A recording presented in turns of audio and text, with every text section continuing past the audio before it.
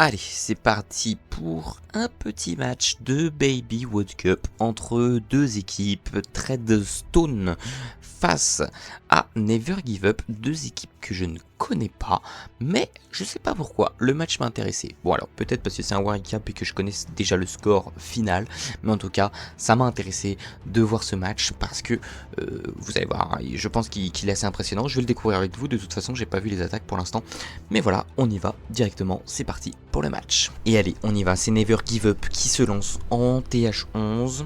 Alors, on va faire un petit rappel des règles. Les joueurs n'ont pas le droit d'avoir d'engin de siège. Ils n'ont pas le droit d'avoir des équipements autres que les équipements par défaut. Donc à savoir, ça pour la reine, ça pour le roi et ça pour le warden. Ils ont totalement le droit d'avoir le prince du coup avec ses équipements par défaut.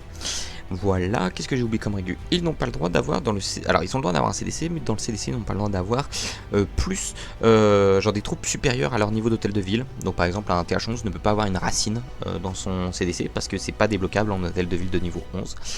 Voilà, qu'est-ce que j'aurais pu oublier? Ah oui, et il y a des compos, enfin des régus sur les drags, pour éviter de voir du full drag. Donc, je crois qu'à tous les niveaux de TH, c'est limité à 6 drags maximum.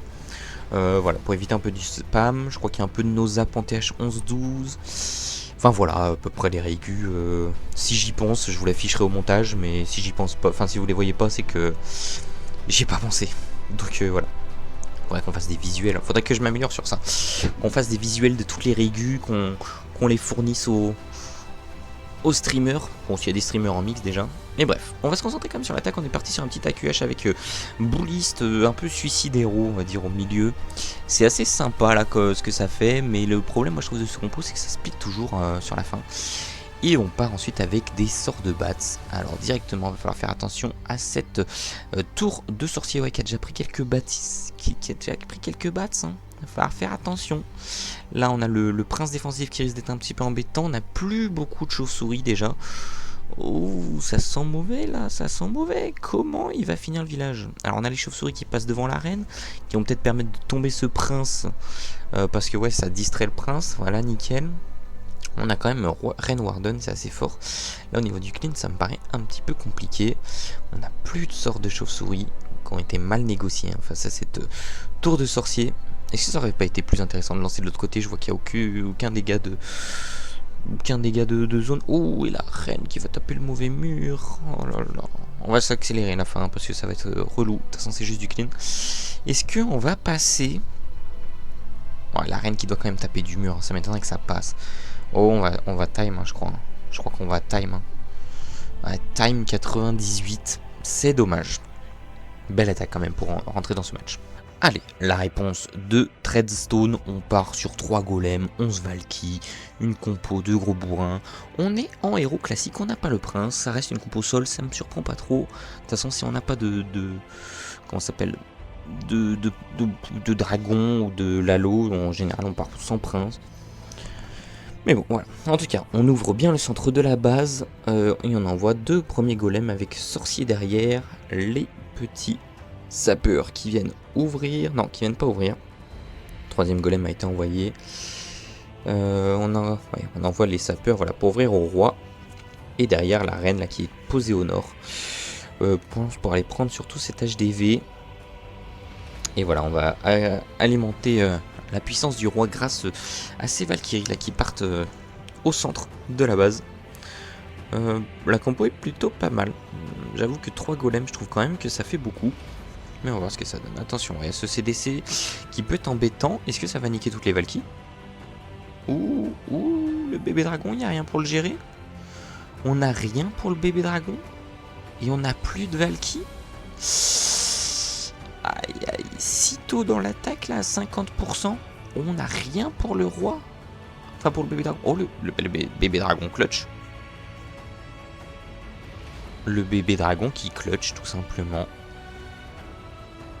Oh, le bébé dragon qui clutch, mais incroyable. 71%. Oh, il va s'en vouloir. Montage et pour Never Give Up dans ce match. Mais bon, si, il y a quand même pas mal de pourcentage, mais il reste 4 attaques de chaque côté, rien n'est joué. Mais ouais, c'est vrai que le bébé dragon là, sur l'attaque d'avant qui a clutch, c'était assez impressionnant à voir. Et on va partir sur un bel AQH Minogue, voilà, c'est grâce à nos régus, ça j'ai envie de dire, c'est le retour de l'AQH Minogue en TH12, c'est ça qu'on veut voir, c'est ça qu'on aime, c'est le Clash of Clans qu'il nous faut, on le veut en intraveineuse. Allez, c'est parti en tout cas pour la QH qui prend énormément de dégâts, va falloir faire attention. Pour l'instant, voilà, on va quand même investir un sort de gel. Ce que je disais, j'étais un peu en suspens de est-ce que cette capacité va craquer, est-ce qu'elle ne va pas craquer. Pour l'instant, ça a l'air ok. La reine qui fait sa petite vie tranquillement. C'est vrai que ça aurait été peut-être un petit peu mieux qu'elle aille sur le prince. Est-ce que les sapeurs l'attirent? Non, bon, la reine qui va descendre, c'est pas plus mal, mais c'est vrai que c'est un petit peu embêtant hein, qu'elle n'aille pas sur ce prince et cette reine là qui sont au nord de la base, qui peuvent tout simplement compromettre le Minogue. Hein. Il va falloir en tout cas voilà, prendre ce CDC tranquillement. Et ensuite que les chasseuses fassent le taf hein, sur ce prince et cette reine. Parce que voilà, on met le roi et voilà, à mon avis, de toute façon, on n'a pas d'autre option que de partir par là. Vu le travail de la reine. À moins que la reine... Non, la reine voilà, va vraiment descendre. Ouais, on a les chasseuses derrière qui vont déjà tomber le prince. Il va falloir peut-être Kappa Warden. On va économiser la Kappa Warden. Bon, écoutez, on a tombé sans trop de soucis ce prince et cette reine au final. On a encore la Kappa Warden, on a encore un sort de soin. Ouais, je pense qu'on va garder la Kappa Warden pour cet hôtel de ville. La Kappa du roi, voilà, pour bien funnel. On est vraiment pas mal. Hein. Et voilà, la Kappa Warden au niveau de l'hôtel de ville. La reine qui est toujours en vie avec une petite guérisseuse. Il reste cette T2 multi, mais ça devrait être pas trop embêtant vu tout ce qui nous reste. Là, on va commencer à mettre le clean tout autour. La reine, voilà, qui va tomber sur T2 multi, puis non, ça va être un perf. Et du coup, le premier perf du match pour Never Give Up. J'espère que ce n'est pas le dernier. Mais bon, GG à eux pour ce petit perf. Allez, c'est parti pour Treadstone qui se lance. Ok, on part en zap, zap drag.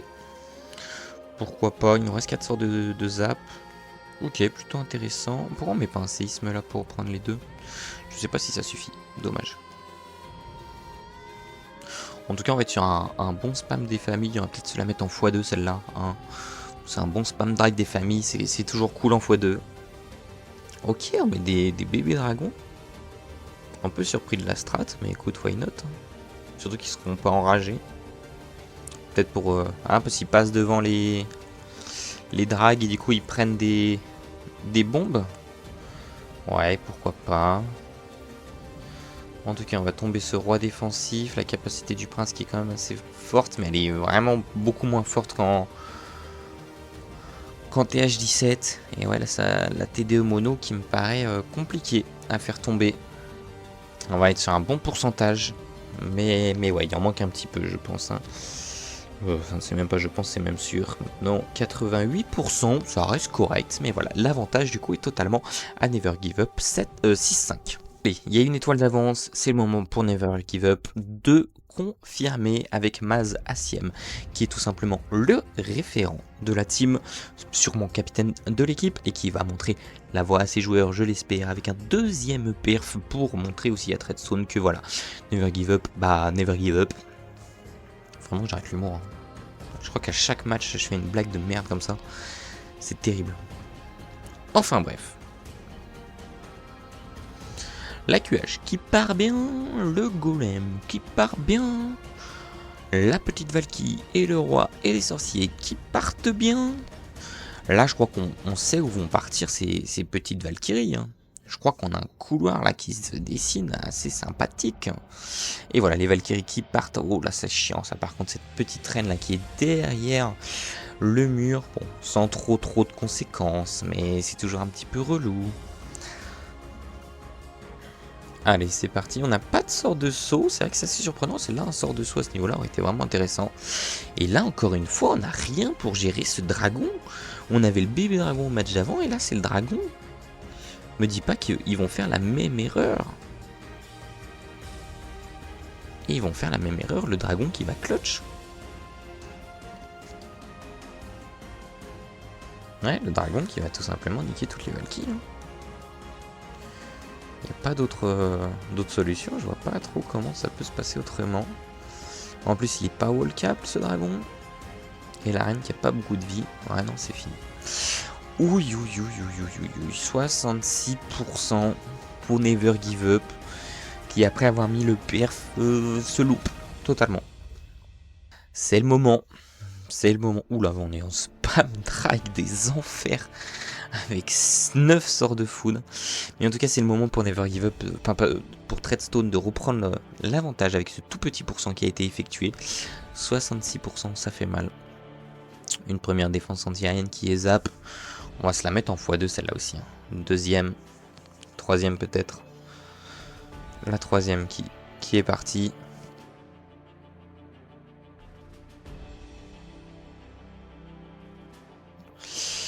Ça part. Ouais, on pose tout. C'est un peu la même strat au final. Hein. C'est du spam drag classique, basique, j'ai envie de dire.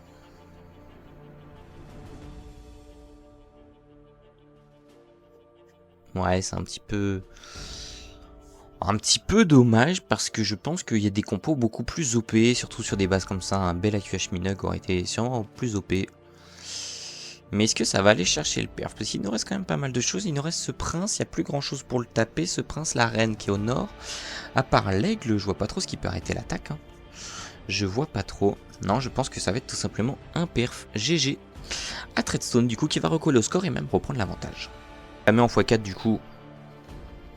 En tout cas, on part sur un petit zap du coup des deux souffleurs, la QH au nord, les kappas qui vont être investis assez rapidement pour ces drags, pour aller chercher loin dans la base, parce que derrière on a des sorts de bats à mettre, le petit floraison là pour la multi, laisser le temps à la reine de casser le mur, c'est plutôt intelligent, et les sorts de bats ensuite qui ont été envoyés, et attention, maintenant, ça passe ou ça passe pas, et ça va passer, alors c'est vrai qu'en x4 ça va vite, mais du coup... GG, le perf pour Treadstone qui remet directement dans le bain. Il va rester une attaque chacun. Le doute, on va recommencer cette attaque en x4 également, car je pense que j'avais coupé mon micro également pour ça. Allez, en tout cas c'est parti pour la QH qui part bien, la QH là vraiment qui a géré le CDC d'une manière splendide, tout simplement, sans prendre beaucoup de dégâts. Les open sapeurs en plus qui étaient parfaites, mais la reine qui va remonter, et ensuite on va envoyer le commando Super Hulk qui va malheureusement split un peu. Est-ce que ça peut compromettre l'attaque? Non, ça se réunit, ça va permettre de tomber l'HDV plutôt tranquillement. Là il reste deux caps encore, la capa reine ainsi que la capa championne, voilà qui est investi, et on va prendre tranquillement toutes les petites défenses. Attention à cette Orkix là qui reste debout, qui tombe la reine. Il reste le roi qui va faire le tour. Et non, ça va passer. GG à Never Give Up. Et pour Never Give Up qui part. Du coup, une sorte de PK, suicide PK AQH avec Valkyrie. En tout cas, il va falloir perf, c'est leur dernière attaque. Ils sont actuellement à égalité avec un petit retard au pourcentage, il me semble. Donc il va falloir perf. La capacité de la reine qui est directement craquée. Ouh, attention. Nous sommes du coup actuellement à 9-9 dans ce match. Et donc il va falloir aller chercher... Non, on est à 10-10, pardon. Il va falloir aller chercher le 13, tout simplement pour espérer ensuite la défense et la victoire pour Never Give Up. Ou alors le 13-13 avec la victoire au pourcentage. Ça va dépendre, j'avoue que je l'ai pas en tête. En tout cas, tout qui part bien au centre. Là sur ce TH10, on a le golem de glace qui est un petit peu embêtant, mais pas trop non plus. Les bullies qui vont aller bien au centre, la reine qui va suivre, le roi sur l'HDV avec un petit sorcier qui vont permettre de tomber tout ça. J'avoue, je sais plus quoi dire. Non, ça avance bien. Il reste T2 multi, mais qui devrait pas être trop embêtante. Oh, on met le sort de squelette pour clean cette réserve. Ça, c'est intéressant. Et non, ça va passer tranquillement pour Never Give Up qui va s'offrir un troisième perf dans ce match et atteindre le score de 13. Tout repose maintenant sur le dernier attaquant de Treadstone. Parti pour Eyang Kakungmu. Il faut le perf, je pense, pour la win. De toute façon, il n'a pas le choix pour aller chercher le 13-13. Il va falloir le perf. Après, ça se jouera au pourcentage. Donc, nous allons voir tout ça. On va être sur une sorte de spam drag. Encore spam drag, baby drag, sort de bats. Pourquoi pas? Écoutez, la QH. En tout cas, qui part? Est-ce qu'on va zap ce souffleur? Je pense que oui. Pourquoi ne pas en mettre 3 pour zap aussi cette défense antiaérienne? Je ne sais pas. On ne zappe pas le souffleur? Ah si, voilà, quand même. On avait peut-être oublié de le zap. En tout cas, ça part bien. Il va falloir tomber, je pense, cette HDV rapidement avant d'envoyer les sorts de bats. La championne, malheureusement, qui se heurte sur le roi défensif. La reine. Oh, le roi défensif qui fait un gros travail. Les sorts de bats envoyés au casse-pipe. Mais... Oh là là, le troll. Oh, il a choke. Hein. Oh, il a salement choke pour la dernière attaque. Et malheureusement, ça ne va pas passer. Je ne sais pas jusqu'où ça va gratter, mais ça ne va pas passer. 75%. Il reste un sort de gel, c'est pour vous dire à quel point le choke est énorme. Dommage. Et du coup, c'est Never Give Up qui va s'imposer avec l'art et la manière 13-12 et le pourcentage GG à eux. Pour ce match de Baby World Cup, on retrouvera de toute façon les deux équipes la semaine prochaine car il y a 5 semaines de phase de poule avec 4 matchs par équipe, donc rien n'est joué. GG aux deux équipes. En tout cas, si la vidéo vous a plu, je vous laisse vous abonner, mettre la petite cloche pour les petites vidéos, il y en a une par jour en ce moment, donc profitez-en pour voir tous les replays, apprendre de nouvelles stratégies, etc. Likez, partagez, commentez, faites votre vie, mais en tout cas, merci de nous soutenir et de nous regarder en si grand nombre. Bisous bisous, à demain.